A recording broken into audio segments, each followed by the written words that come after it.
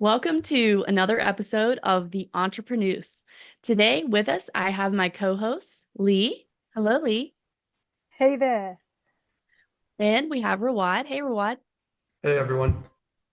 And with us, our guest today is Sal Mayweather. Hey, Sal. What's up, y'all? Thanks for joining us. How you doing? Good. Thank you for having me. I appreciate the invite. Yeah, I appreciate you being here. We all do.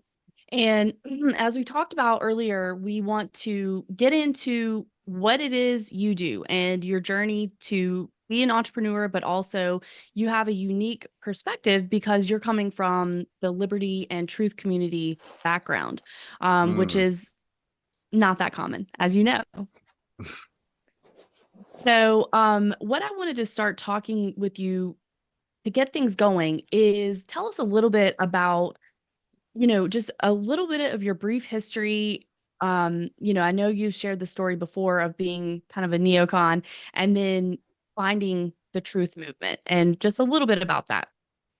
Yeah, so I was like a raging neocon, like you said. And I was going to school for political science, and right about the time as I was graduating, I was going through this ideological transformation where I realized it was all nonsense. I was reading Rothbard and some pretty radical political philosophers, Mises, Walter Block, some of those guys, and I realized it was all nonsense.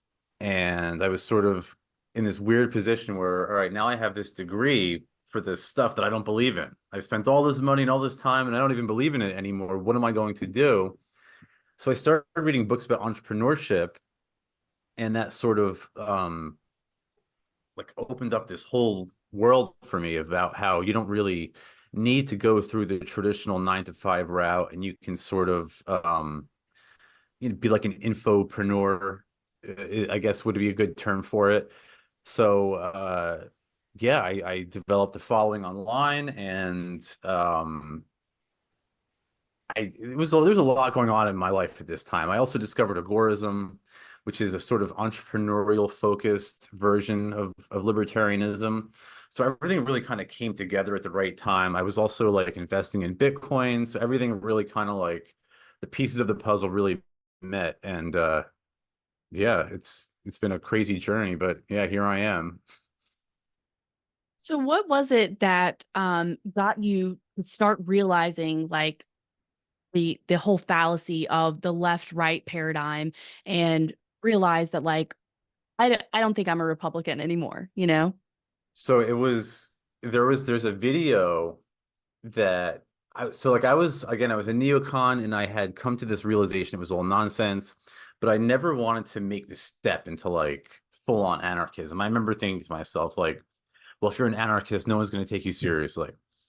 And then I was watching this Rothbard lecture, and Rothbard said something that I'll never forget. He said he was explaining his own transformation, and he said he would have these people over at his house at night. He had these like really famous like nighttime meetups. They would last until like the early hours of the morning with guys like Walter Block and all these like famous libertarians, Joe Salerno, all these like brilliant people.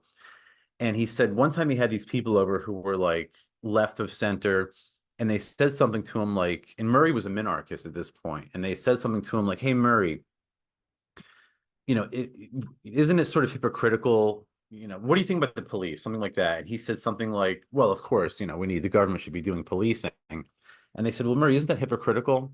Like, if you understand why privatization works for all these other things, why shouldn't you apply it to everything?" And Rothbard says in his lecture that like though that stuck with him, and that's kind of like nagged at his brain, and eventually he was logically forced to conclude that they were right. And if privatization works for cell phones and movies and cars, then it must work for, all the different services that the state, quote unquote, provides us with. And when I heard Rothbard say it, I was like, yeah, I was like, I have to be logically consistent as well. And that was when I realized, like, once I accepted, okay, yes, you're an anarchist, then everything else kind of like fell into place. And I sort of, once I became logically consistent with myself, that's when everything sort of kind of like smoothed out, and I was able to like take a more normal and laid back approach to things. You know, when you're logically consistent, it's like a weight off of your shoulders. You know, you don't have like it's almost like when you if you don't what's the old saying? Like if you don't lie, you don't have to remember something like that. I forget. It's sort of Yeah. it's kind of similar to that. If you have a logically consistent theory, you don't have to sort of make up these excuses for why you believe what you believe, like a lot of Republicans and Democrats do. Yeah. And I think that it allows for you to not be too attached to ideas once you have thought them through, right? Like you're open to hearing new ideas and you're open to having your paradigm shifted, I think, in that regard. So you're not like holding too tightly to people and what they say. You have this guiding light, basically, which is your logic and reason and your desire to live in the truth. And I do think that it lifts a weight off of your shoulders because you're not burdened by trying to justify things, like you said. Right. So like when you have a principle that's guiding your positions, your opinions, it's no longer about the cult of personality. Like you're sort Right. of that's sort of aloof to you, like, and that angers a lot of people. People, you don't love Donald Trump or you don't hate Donald Trump. What do you mean? Like, I'm like, no, I'm like using a principle and I'm applying the principle consistently. Sometimes that puts me here, sometimes it puts me there, but as far as I'm concerned, I'm always on the straight and narrow. It's everybody else who's sort of veered off. Right. And justifying why they still follow a figure, even though that particular figure is doing things that are like actively against them or actively against what they say that they believe. Or they'll claim to be applying a principle, but that application of the principle is, all over the place. Sometimes Right. it's here, sometimes it depends on who's doing what. It's, if are they on my team or are they on the opposing team? Yeah. So let's talk about your Twitter account because that is where a lot of people have been introduced to you. And you have over 248,000 followers on X Twitter. And that is quite a feat in and of itself, especially in this age of shadow banning and censorship. I'm amazed you still have your account, to be honest. Me too. So, so was that where you started? Uh, yeah. So like I was just posting memes and eventually I developed a following on Twitter. And like once it got to like 10 or 30,000 people, I was like, well, I might as well, promote the brand of libertarianism to which I subscribe, which is agorism. And that's how Sal the Agorist was born. But I've been kicked off of every platform besides Twitter. I had like a Facebook page, my it was unpublished at like 50,000 followers. Nobody can see my content on Instagram, so I don't even really post there anymore. But Twitter is the only one where I've been like, and even that before Elon took over, I was getting like warnings. They're like, well, one more time, that's it, you're done. And like, I remember I posted a video of like a Super Bowl celebration of like people in Tampa downtown celebrating without masks on, and they suspended my account for a week. And like, it was just crazy stuff. So I'm just as shocked as everyone else that I'm still around.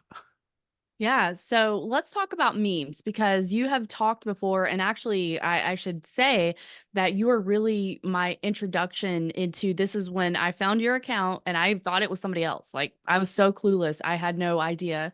But I just was recommended your account many, many years ago, and I started seeing your memes, and I was like, "Whoa, okay." So then the pieces clicked for me. But you talk about the power of memes, and you are a prolific meme creator. So what got you into the meme business? Yeah, so originally it was just sort of like an outlet for frustration with the government. I would just sit on my phone and post funny memes all day. Um, but and this is kind of before memes were even popular, really. This was like going back like 2011, 2012. And it Early was meme war just, days. yeah, like those memes, those formats, people don't even remember those formats nowadays. But you you you you learn really quick how powerful it can be. And the army, the military even did like a study on it about like mimetic warfare. I wrote a big article many years ago about this. Um, really a meme is just an argument in a JPEG. It's just a picture form of an argument. And if you have a logically inconsistent argument, you're going to have a bad meme. It's going to be a poor meme. If you have a really strong argument, it's going to be a really great meme. And I think that's why libertarians really have sort of we sort of took over the meme war. Nowadays, it's kind of like the right is trying to co-opt stuff, but that doesn't even really work that well if you think about it, because their memes are kind of just as bad as the left memes, honestly.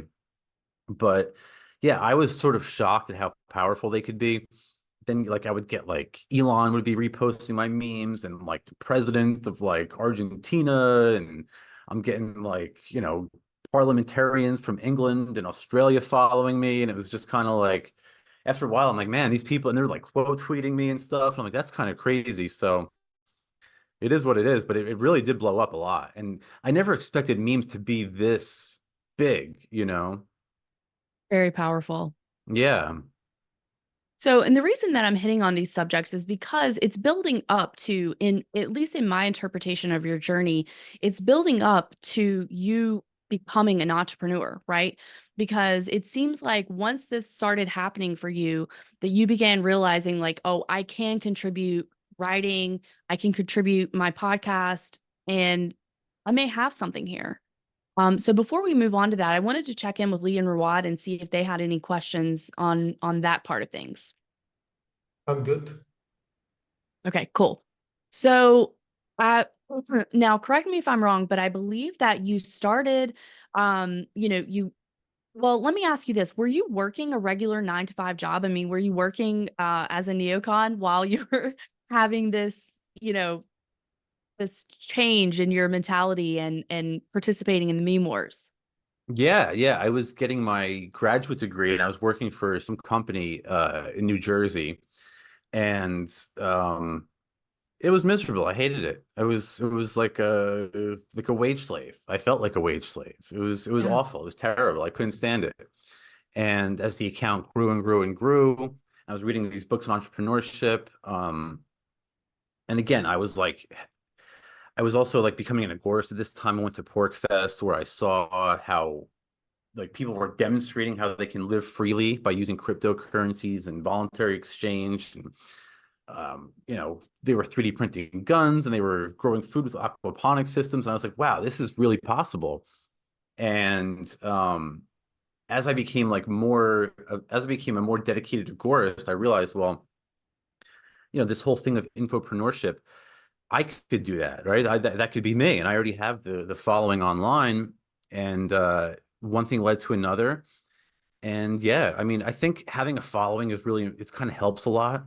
Mhm. It'd be hard to, it's not that it's impossible to be an entrepreneur, but if you have like an existing following, it really, really helps a lot. It makes things a lot easier, especially when you niche down as tightly as I did. So like, you could talk about politics, but it's such a general niche that it would be really hard to monetize that successfully. But when you're talking about something like really, when you niche down a lot, when you're talking about, even more so than libertarianism, like I'm talking about agorism. So it really helps a lot because your audience is they're already interested in that. They're already primed up for that subject. So then when you write a book about Bitcoin or revisionist history or agorist philosophy or something, they're already ready. They know what to expect. They know what they're already interested in the philosophy, or otherwise they wouldn't be following you. So it definitely helped a lot. But one thing really led to another here. I kind of got lucky in the order of operations and how it all played out. Yeah. So, well, let's talk about some of those entrepreneurial books or the entrepreneurship books. Which ones do you think were most impactful in giving you ideas for how you wanted to operate, or that maybe, offered some really serious help in how you're going to proceed on your own journey? So there was like two or three books in particular which really, really influenced me. There's a guy named Peter Drucker. I think he's probably dead now. He was like a business writer in like the 80s. he was sort of like a different time, like this like stock ticker kind of people would read the newspaper every morning. And he was like a business writer, and he would write about this thing called the knowledge worker and the knowledge society. This was like a major theme of Drucker's. And you got to be a nerd to read Peter Drucker. That's the truth. And I'm a nerd, so it actually worked out really well.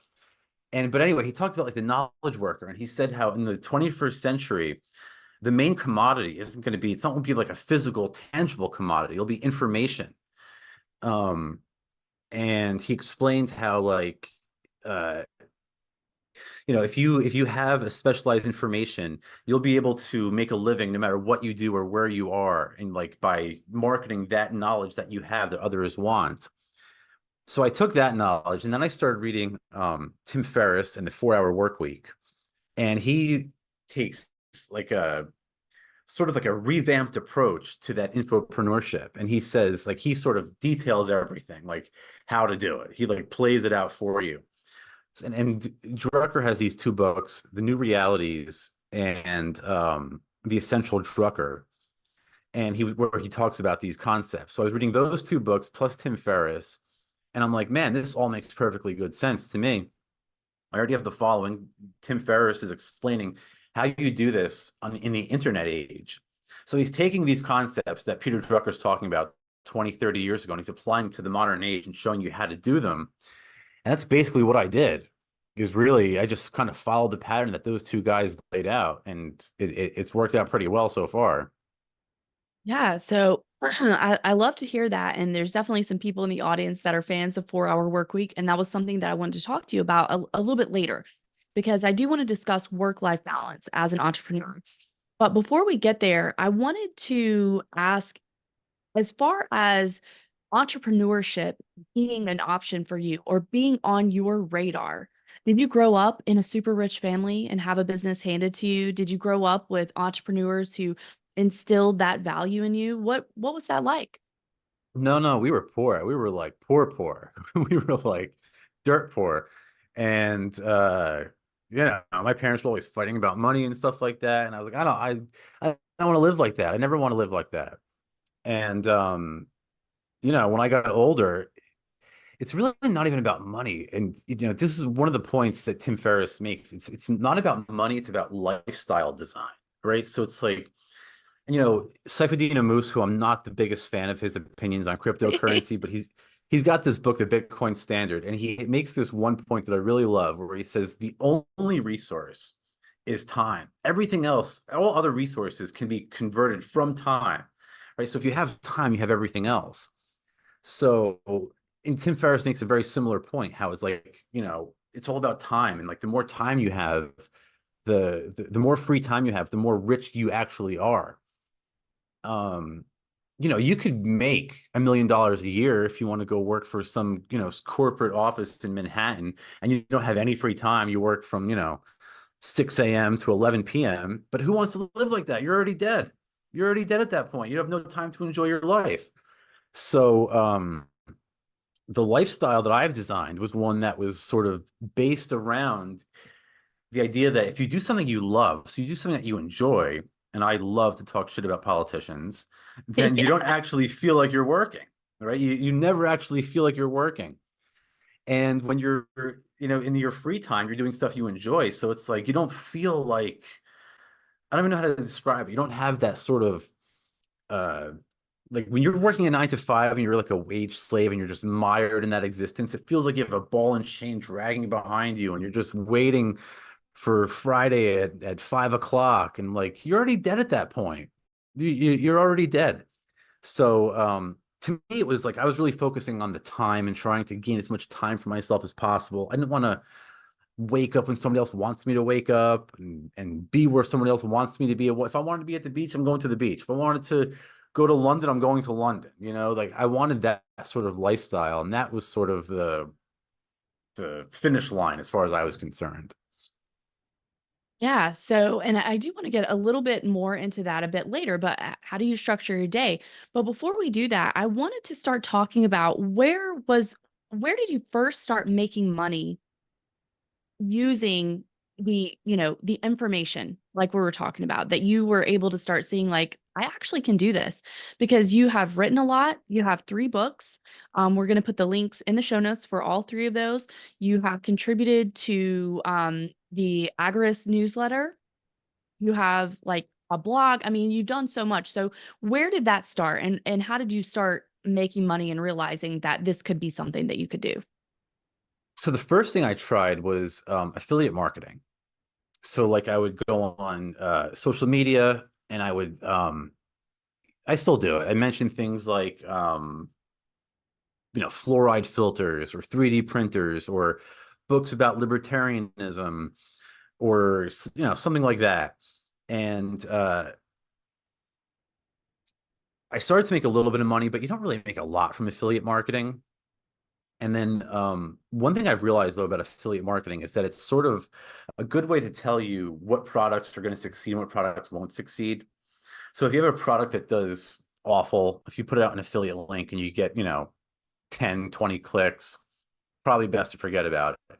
But if you get, 2,000 clicks and you sell 125 products, you have a light bulb that goes off and you're like, oh, wow, well, maybe if I was able to source this product myself and I sell it myself, instead of making, $3 per sale, I can make $75 per sale.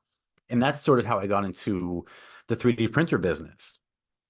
And that's when things sort of took off.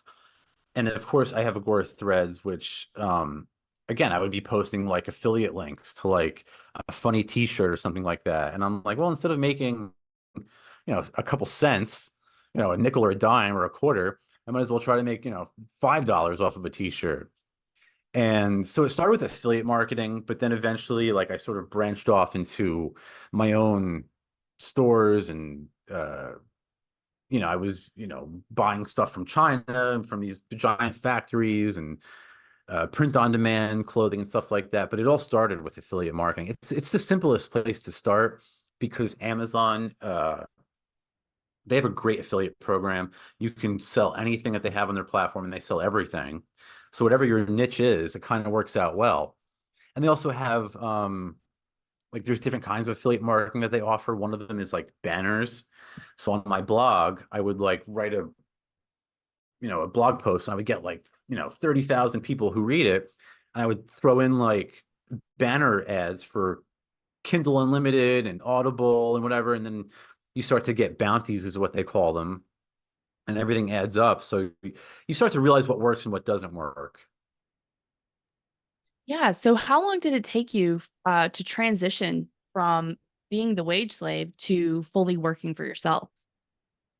Oof. I guess from the time that I decided that I didn't want to work for anybody else at the time I actually made it happen was maybe like 3, 4 years, something like that. It Okay. takes, I tell people it takes about 2 to 5 years of hard work and persistence and like dedication. People think, oh, it's going to be easy. And like, no, you have to get up at 5 o'clock in the morning and you're going to stay up late and you're going to be working when you don't want to and things like that. But like, if you do something that you enjoy, something that you're passionate about, you never actually feel like you're working. So you don't mind doing it. It's like, I'll be doing it anyway. I'm going to be talking shit about politicians no matter what. So I might as well get paid for it, Yeah. Okay. So during that time, so you're saying you were getting up early, still doing your job, and basically working all the time. Is that fair? But So no, what? so when I was working, I was like when I was still doing like the 9 to 5 thing, I would be sitting at work on my phone, like hoping my boss didn't catch me, like posting memes and stuff like that. And eventually like when I started bringing enough monthly income where I could pay my bills and I had a little bit of a nest egg saved up, I was like, see ya, I'm out of here. I'm done with this. And that was the end of that. So was 3D printer go burr already on the scene at that point, or was that after the fact? Um, No, 3D Printer Go Burr was operational before I quit the nine to Okay. five. I tried to have everything sort of, you know, everything moving. I wanted to have everything like set so I didn't have to like cross my fingers and hope it worked. And oh, I have to go back and find another job now. It didn't work. So I really wanted to have everything sort of smoothed out by the time I threw in the towel. So what is your biggest moneymaker from, from your perspective? What has been the most like your cornerstone in your business and your brand? It depends, really. 3D Printer Go Bird does really well when I have inventory, but it's hard to keep up with demand and capital requirements. Like you got to put out like 20 grand for every order of 3D printers. And sometimes you're like, oh, I only have like 10 grand, so I have to save up another 10 grand before I get more inventory. A newly released book does very well. But again, like in a year or two, like your royalties will sort of fade. So you go from like, oh like, wow, I'm making like 3 grand a month from this one book. And like 2 years later, it's like I'm only making $200 from that book now. So it's like you always have to keep up. One thing about entrepreneurship I've learned is you have to be ready to go from one to the next, to the next, to the next, to the next. You have to go from one, you can never like there's no like giving in. There's no sleeping. There's no like I'm done. Like I can retire. It doesn't really work like that. You're always moving from one project to the next. Yeah. Okay, so I do have some more questions, but I just wanted to check in with Lee and Rawad and see if there's anything there that they wanted to chime in on. Yeah, I would like to learn more about the 3D printing. I think it had a great promise, but somehow it didn't make it. Do you think that it's been repressed on purpose?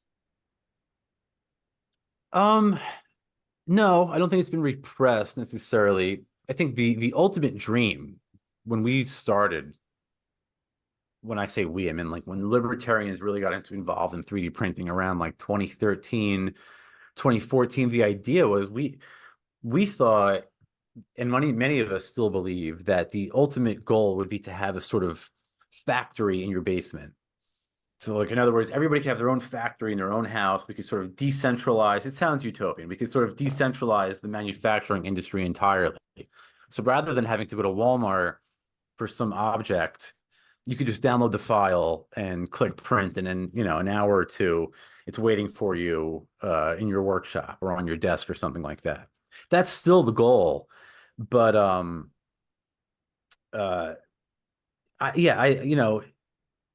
the technology is expanding and increasing and getting better every day, and there's new types of 3D printers coming out.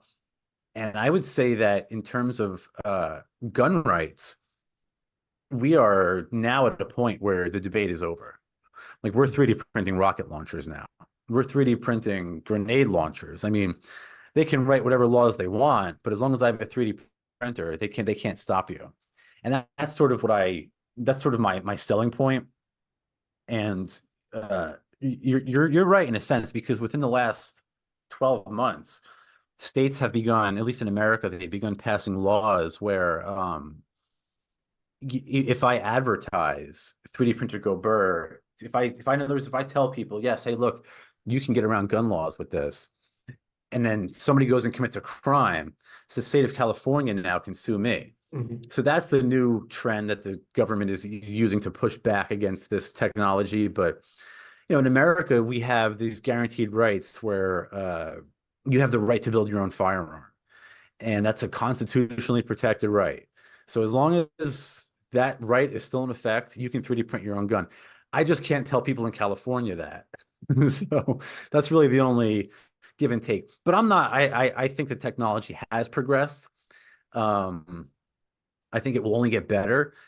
That doesn't mean the government's not going to fight back, though. And again, as the technology gets better and better and better, it's going to get easier and easier and easier. So like now I can 3D print a new Glock within, under 24 hours. But in 5 to 10 years, I think you'll be able to do 10 to 50 Glocks in a day. And at that point, gun laws are it's over. It's just the discussion has ended at that point. Yeah, and so the challenges you think is with the sourcing of the material, that's why it makes it a bit difficult for people to for it to take off, because there are some challenges, and there's some how to say, it's a bit of a slow process. I think number one, I think it's a learning process. It's a learning curve. People look at a new technology, like, like my grandmother used to look at the computer. like, oh, I don't even want to get involved. I don't want to know anything about it. And like I think people kind of have that take on 3D printing. Mhm. I can't figure that out. That's beyond my comprehension. But it really, it's like stupid simple. Like you put the plastic in the tube and you press go. You know what I mean? They've got it to the point where it's almost plug and play now. So there still is a little bit of it could be a little bit cost prohibitive still, but there's a guy named Ivan the Troll with a group called Defense Distributed or Deterrence Dispensed, I'm sorry, where he's got this whole thing figured out where if you take, this basic model 3D printer cost maybe $150, $200, and he sort of lists out these, 3 to 5, upgrades you can do to it that are relatively simple. You can have a completely functioning, strongly functioning 3D printer for next to nothing. But what I tell people is it's just better to spend an extra couple of $100 and you can buy the model that has all those features built into it. But you're still looking at a $300 or $400 purchase.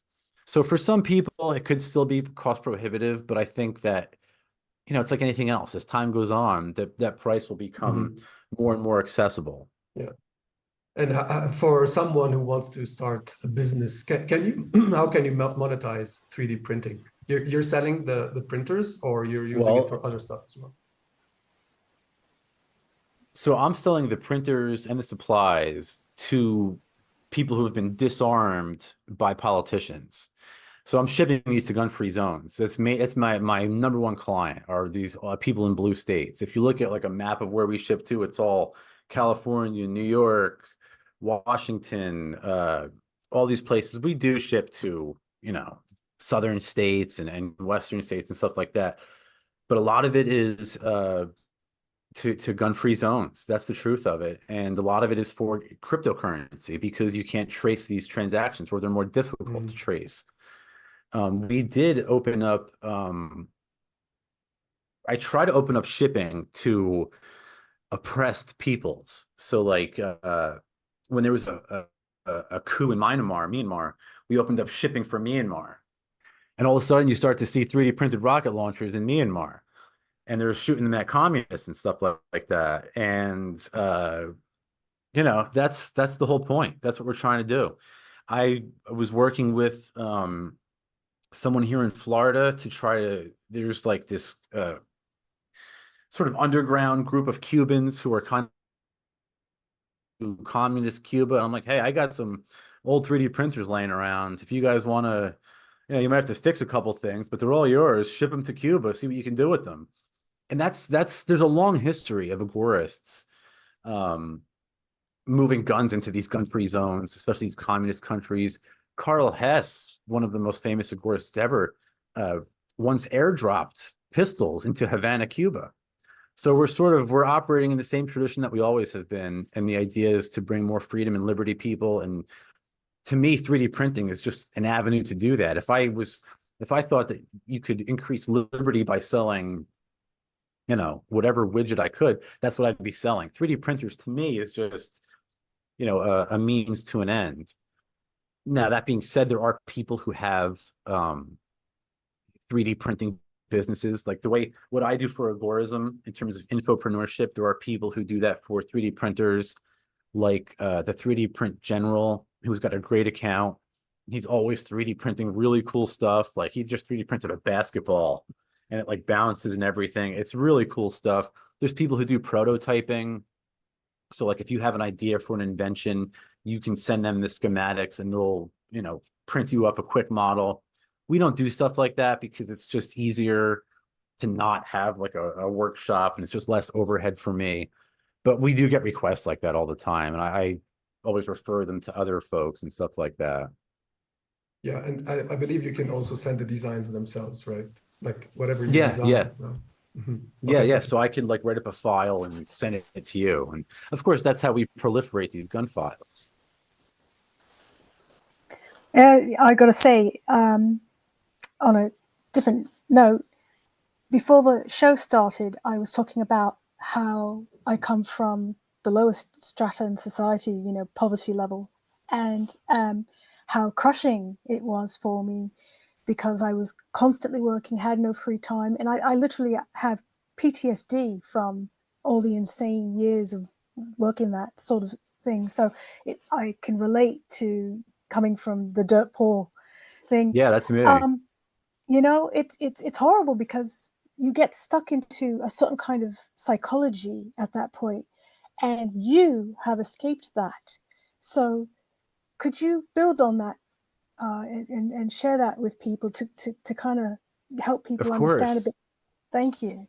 Yeah, so like, and that's one of the, I would be reading all these success stories as I'm sort of like mired in this 9 to 5, and you just feel like you're in quicksand and you can't just pull you just, no matter what you do, you can't pull yourself out. And you're like, how is this guy making $50,000 a month? And I'm just struggling to survive over here. And that was me. That was the life I lived. And again, what I really learned, the truth of it is, it takes 2 to 5 years of just nonstop dedication, persistence, and hard work, but you can pull yourself out of it. It sounds, I know, like when you're in the position, someone tells you that, you're like, yeah, okay, I can pull myself out of it. I have to go back to my job now. I lived that life. That was me. I did it. And I was miserable. I hated it. I couldn't stand it. But with enough hard work and dedication, persistence, anybody can do it. The key that I've found is to make sure what you're doing is something that you enjoy, because then you don't mind the hard work. Then you don't mind the persistence. You don't mind the late nights and the early mornings. You enjoy it, right? It's like, oh, I got to get up tomorrow and write a blog post about this thing that I'm super passionate about. I believe strong. I can't wait to get up and to write that article, And that's how you got to do it. If you're not passionate about something, like if I did this about, like, I don't know, cars or something like that, instead of agorism, it would come through. People would know that I'm not sincere because I don't really care. You know what I mean? So it's like you would be able to tell that. But if you really believe in it, like sincerely believe in it, then it's just you can't lose. You can't lose. I mean, you have to be passionate, um, almost to the point of like an obsession. You know, Yeah, I tell people, yeah. what was your thing as like a kid? Like what did you like? What were you obsessed with? What did you want to do? What did you want to be when you were like a little kid? Like that's what you got to find. It's like that sort of like undying passion is what you have to find. And for me, it's a hatred of politicians. You know, it's funny. I'm glad you've said all this because I've always believed that your passion has to be behind what you really want to do in life. And it's really interesting, isn't it, that there's a plethora of articles out there about how, oh, I followed my passion and I did this job and now I really hate what I do. And it's like, is that is that a psyop? You know, It's like, well, in that case, maybe that's not your passion. There's a lot of things that I like. I have a lot of hobbies. Like, I don't know. I like wine. I like to cook, but I couldn't, be a source of information for that. I'm a consumer of information. I'm the guy who watches the YouTube videos about that stuff. I don't know enough about it to make those things. And like, even if I did try to start a YouTube channel about something like that, it wouldn't last long because I would get bored and I would get tired of it. You do 10 or 5 or 10 videos or 5 or 10 blog posts, and then you've had enough. With something that you're super passionate about, it's never enough. There's always something new. You always have to stay on the cutting edge of things, and there's always news within your little niche community and drama and stuff like that to comment and discuss. And as you get more involved, you sort of become a source of information for those things. That's great. Yeah, because so many people have, like we've all experienced, have that wall in front of them and they don't see any chinks in the wall at all. So yeah, it gets intimidating and then you just kind of give up after a while. So it's great to hear all that from you. Thank you. That happens. I'm telling you, that was me. That happens to like so many people. I can't tell you how many like friends of mine who I have like in my personal real life who are, oh, just show me how you did that. I want to see how you did that. And I'll explain everything. And then, a year later, they're still working their 9 to 5 because they got tired of it. They didn't try, or they didn't care that much. So it's like you have to really, really want it. You have to really be passionate about it. You have to really actually care about what you're doing. If you're doing it for the money, it's probably not going to work. If you're doing it because you care, then it will work. Excellent. Yeah, it sits perfectly with why we started the show. It's about the definition of success to people. You mentioned two things: the time, having the time, that's very important. That's a new addition. And what you just said, like loving what you want. But like someone like me, I didn't know what I'm passionate about. I always heard people talking about passion, and I didn't know, I couldn't find anything. So it just took me some trying to find out, to stumble upon what I wanted to do. I think that's important too, that you cannot just sit around and look around you to find what you're passionate about. Sometimes you just have to go and try some stuff. Like you taught your friends to do some stuff, but they were not really interested probably in doing this stuff. They thought that it was more about the money probably, and then they didn't know how to monetize it, and then that was the end of it. It was not a pursuit of something like That's that exactly is it. beyond the money, right? That's exactly it. And I even go one step further. I tell people it's almost not even enough to be passionate about it. It has to be like your calling. Like it has to be like what you were like meant to do. You know what I mean? I don't know if that makes any sense. It has to be like, like here, what you're, and I guess in some cases, like it could be more difficult if you're not sure or something like that, but we all have it. It's just a matter of identifying it. So, speaking on these topics of what are you passionate about, finding that, pursuing that, creating this life for yourself, what do you have to say no to? You know, what are some of the things, the hobbies, or what have you had to say no to in your journey when you're working all day, two jobs, you know, trying to get your business off the ground? What does that look like? So initially, initially you're just swamped and you can't, your friends want to go out to the bar, they want to, you can't do those kinds of things sometimes. Sorry, I can't go with you on that weekend trip because I have to get up early Saturday morning to do all these different things. But that's only in the beginning, because the idea is that you want to have a life where you can do whatever you want. You want to go away. And that's one of the things I tell people is you sort of really should kind of pursue a digital hustle. It's sort of a digital version of entrepreneurship, because if you went out and if I had a brick and mortar store, number one, it'd be more difficult because your market is local and confined to your local community. Whereas in the internet age, you can reach people all over the world, right? I sell to people in almost every continent on Earth, and that wouldn't be possible with a brick and mortar. But yeah, I don't know. It sort of gives you more freedom and sort of location independence and more time independence and stuff like that. But if you have that sort of physical presence, that sort of the burden of all that overhead, you sort of you don't have that freedom and liberty and stuff like that. And again, this is all about agorism, so it's all about creating that liberty and finding that freedom. Yeah, very good. So, as far as your business mix, let's talk about that, because you've been involved in a lot of stuff. Like you have your podcast, you have your Twitter page, you have written 3 books, you have 3D Printer Go Burr, Agora Threads. Like what all, maybe I hit them all, but what is everything that you do and the affiliate marketing that you use to start to generate income for yourself? So yeah, I have the 2 e-commerce stores, Agora Threads, which is, libertarian merch, clothing, hoodies, mugs, doormats, things like bumper stickers, things like that.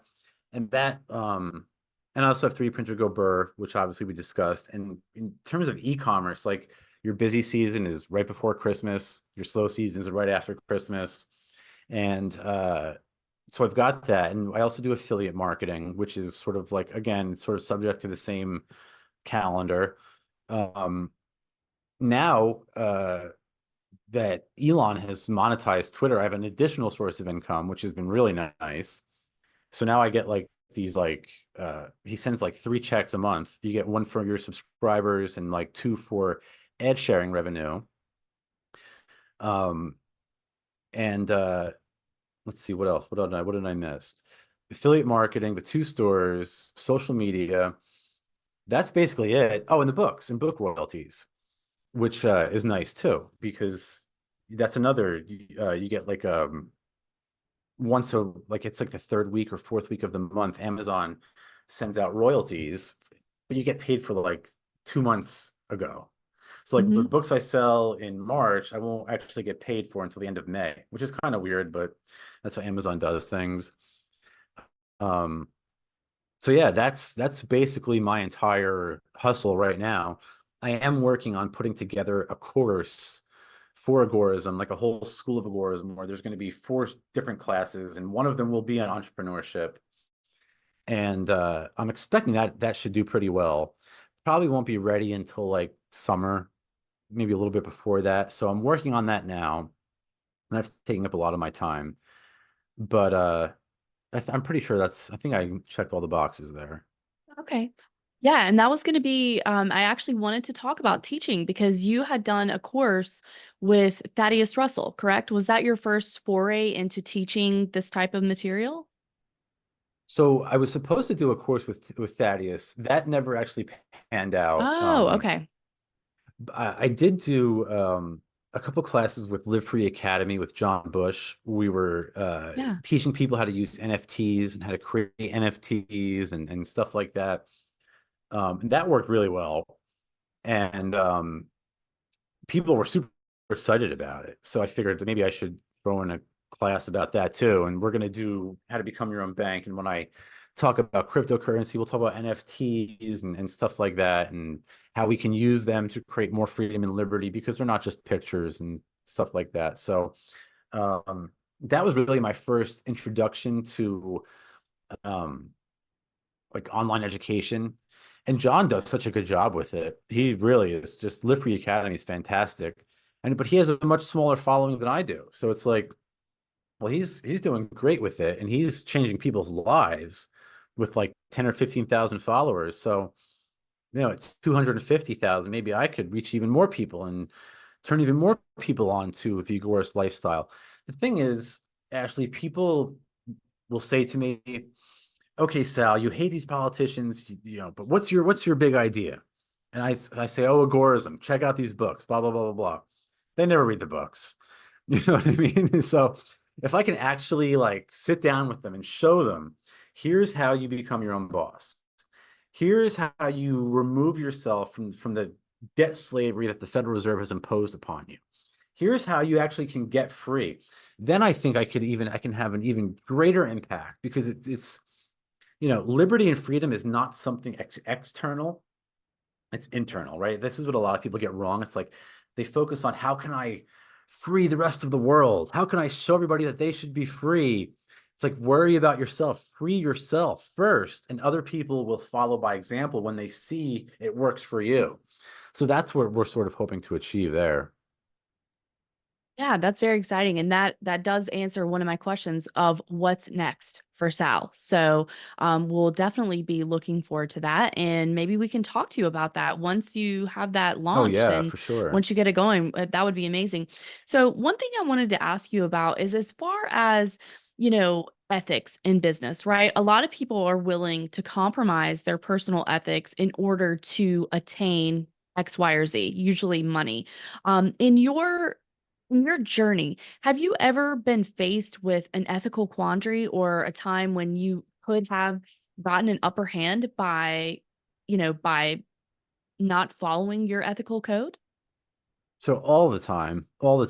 And this is one of the biggest things in entrepreneurship. Number one, and this applies in a number of different ways. Number one, like rule number one, always be upfront and honest with your clients, your customers. Don't bullshit anybody, because that's how you just destroy your business. Um, that's rule number one. But in another sense, um, you know, Twitter has sort of become more right wing over the last few years, and it would be very easy for me. And I see a lot of influencers and digital entrepreneurs sort of pander to whoever is on Twitter. So, like, if Twitter's more left wing, they're more left wing. If Twitter's more right wing, they're more right wing. And yeah, that's they probably do make more money, honestly, with the ad sharing revenue and stuff like that. I would rather go have the worst 9 to 5 job I could find than to say nice things about these politicians.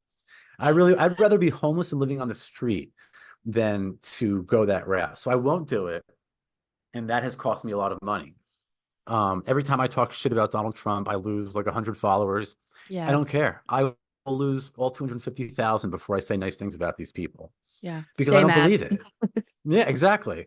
I don't believe in it. So I can't bring myself to say something that I don't believe in. And of course, once if I were to go down that road, let's say I told everybody Donald Trump's the greatest guy ever. I've changed my opinion and I love Donald Trump and he's such a great guy. And I'm going to sell Donald Trump, Make America Great Again hats now. I could probably sell 1 million of them. But my audience would know that I'm being less than genuine, that I'm being dishonest with them, and I'm just sort of using them to try to make money. So they would not believe in what I'm trying to, in what I'm, my philosophy and what I'm pushing. So next time I try to sell a book, they're going to be like, this guy's a bullshitter, he's a liar. And they would be completely right. And that would be true. So I found that it's better to just be true to yourself and your original vision. Don't bullshit anybody. Don't lie to them. Like always be upfront and honest. Sometimes you're not always delivering good news, but it's better to deliver bad news honestly than good news falsely. So yeah, ethics is like number one. Number one. Amazing. Okay, so I know we are kind of wrapping up on our time that we have with you. So first of all, thank you so much for taking the time out of your day to speak with us. This has been a really good conversation. And the other thing that I wanted to ask you is, what advice do you have for people out there who are looking to become an entrepreneur? I mean, again, you have to be a nerd, but like check out what Peter Drucker said about the knowledge worker and the knowledge society. A lot of the things this guy said in the 80s, he would like be talking about, well, in the future, it's going to be like this. And he got it all right.